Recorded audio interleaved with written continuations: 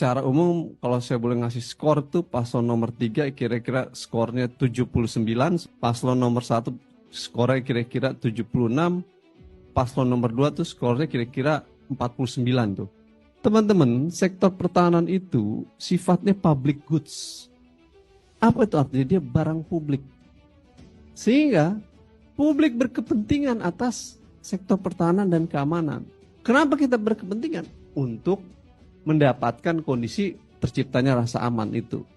Nah, karena kita berkepentingan dan kita menjadi dari warga negara yang baik, maka kita membayar pajak kepada negara. Sehingga semua pajak yang kita berikan kepada negara, salah satunya untuk belanja alutsista, sektor pertahanan. Konsekuensinya, tidak ada rumusnya Kementerian Pertahanan atau pemerintah berdalih ini rahasia. Memang ada segi-segi tertentu yang sifatnya rahasia, gitu ya. Tapi tidak boleh membuat semua hal di dalam sektor pertahanan rahasia. Itu nggak bisa rumusnya. Karena kita masyarakat, bos. Kita bayar pajak. Pajak kita masuk APBN. APBN digunakan salah satunya untuk sektor pertahanan. Sehingga dia harus menjelaskan kemana duit rakyat itu, bos. Kacau debat tadi malam. Dihajar. Kenapa? Nggak punya konsep. Mudah diserang. Kalau dia punya konsep, punya defense matter, sederhana. Ini konsep saya, ini perencanaan saya, ini realisasinya, hambatannya di sini, kondisinya begini sekarang. Begitu seorang menteri pertahanan, pemimpin yang baik. Tapi karena nggak punya perencanaan, bingung mengukur keberhasilan, akhirnya yang ada kegagalan, sehingga kondisi perencanaan pertahanannya buruk. Perdebatan pertahanan keamanan dan modernisasi alutsista kemarin malam, Pak Prabowo gagal di dalam menunjukkan gagasan, ide, dan persoalan dalam bidang pertahanan keamanan dalam 4 tahun ini. Yang saya lihat, mohon maaf, adalah hanya jargon-jargon pertahanan kuat, cinta tanah air. Ya iya, semuanya juga cinta tanah air, semua juga ingin pertahanan kuat, tapi how? Yang kita inginkan kan how? Nggak nongol di debat kali malam. Kenapa? Karena nggak bisa menjelaskan tadi itu.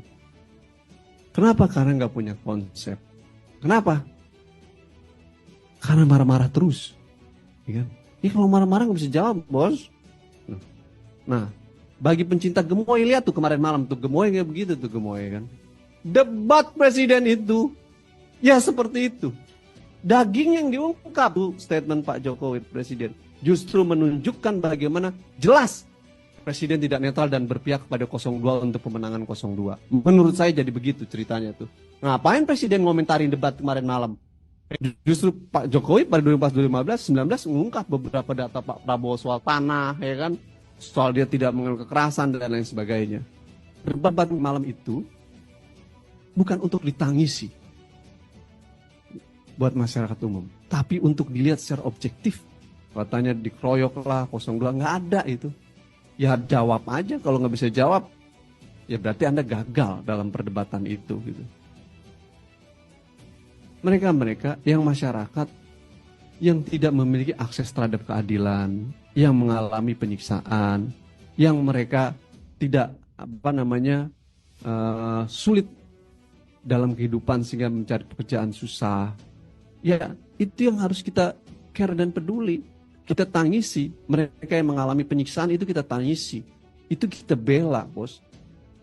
Mereka yang kaya raya, maju menjadi kandidat presiden, kalah berdebat, kita tangisi. Menurut saya, buat apa?